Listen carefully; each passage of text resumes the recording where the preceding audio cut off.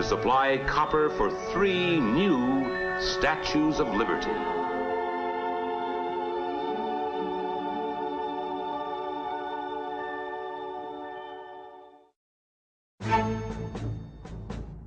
But industrial progress is directly linked to energy resources, and it was soon clear that America could never count on its oil alone to satisfy its ever-increasing energy demand.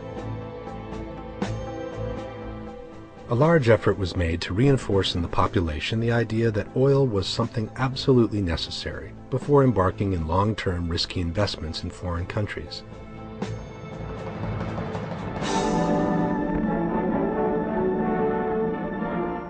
Gasoline, for example, the most efficient mobile power source on Earth. That was the stuff that powered all those cars and trucks. And using the magic of research, oil companies compete with each other in taking the petroleum molecule apart and rearranging it into, well, you name it, fabrics, toothbrushes, tires, insecticides, cosmetics, weed killers, a whole galaxy of things to make a better life on Earth. After weeks of discussions, there was a meeting at Qasem Palace on the outskirts of Jeddah. It was there that Saudi Arab government officials representing His Majesty signed a concession covering roughly 320,000 square miles. This was the starting point of a new American business venture abroad. The popular image of the gold seeker was quickly replaced by that of the seeker of oil, which not by chance was also called the Black Gold. Most important of all, the job would require men, hardy men, determined men, men who were willing to leave families and friends and journey halfway around the world on a quest that might end in failure. Men who could face hardship and monotony and still take it. And gradually they began to arrive.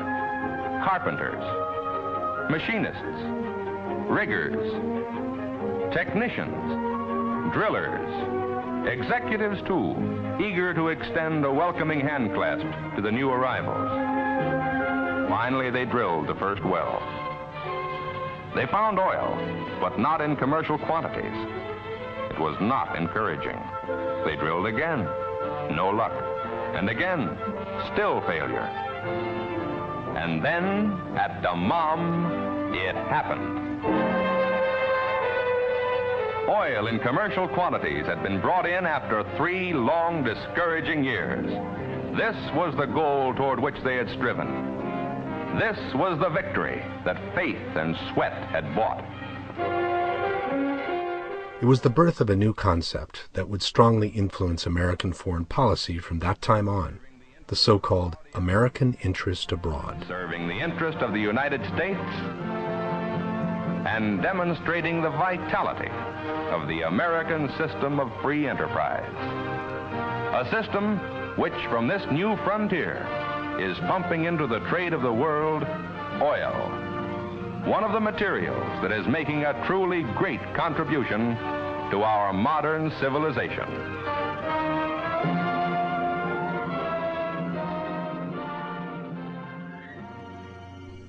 This is what the world map would look like if it were drawn according to each nation's energy resources.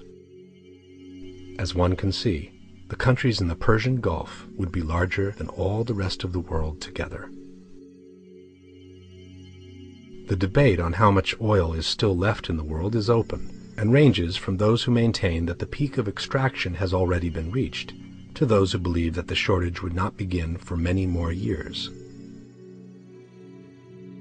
In any case, the United States produces only 4% of the oil in the world, while it consumes about 26% of the total production. What we have here is a stripper well that's producing from about 5,000 feet down, about a mile down. It's only producing 7 barrels per day, which is not very much. Most of the wells in this area produce about 7 barrels per day. This well once produced 100 barrels per day about 30 years ago.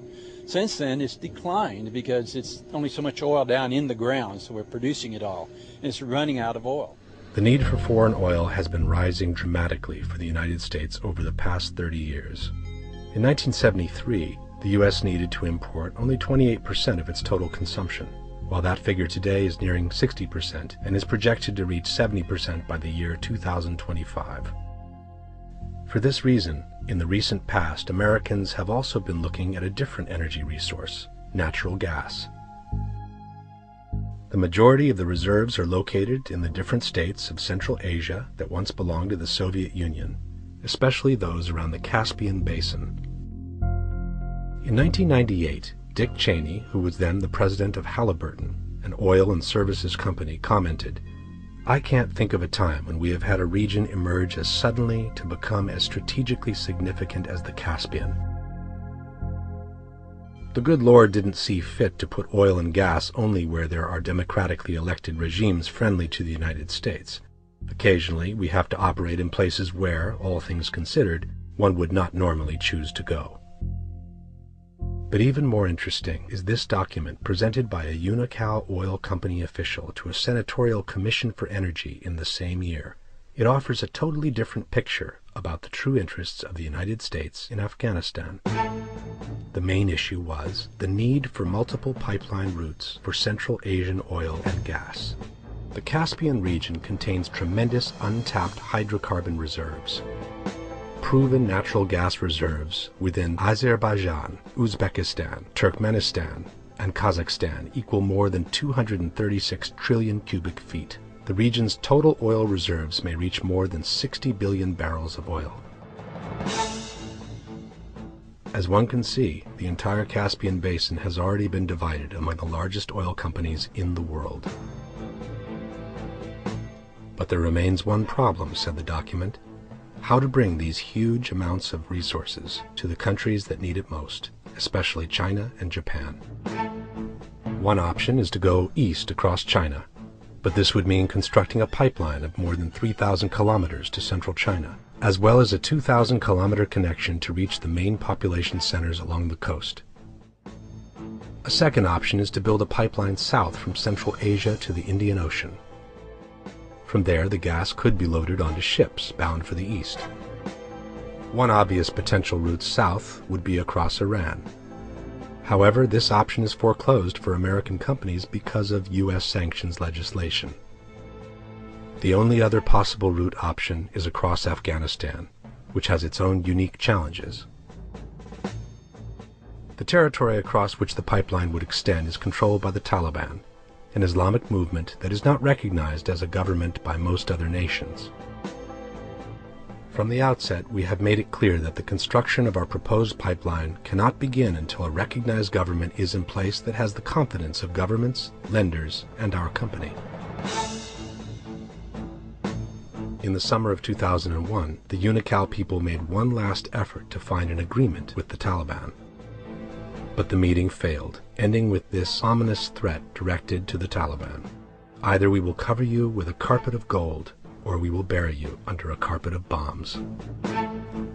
On September 10th, a detailed plan to attack Afghanistan was put on George Bush's desk for him to be signed upon his return from Florida.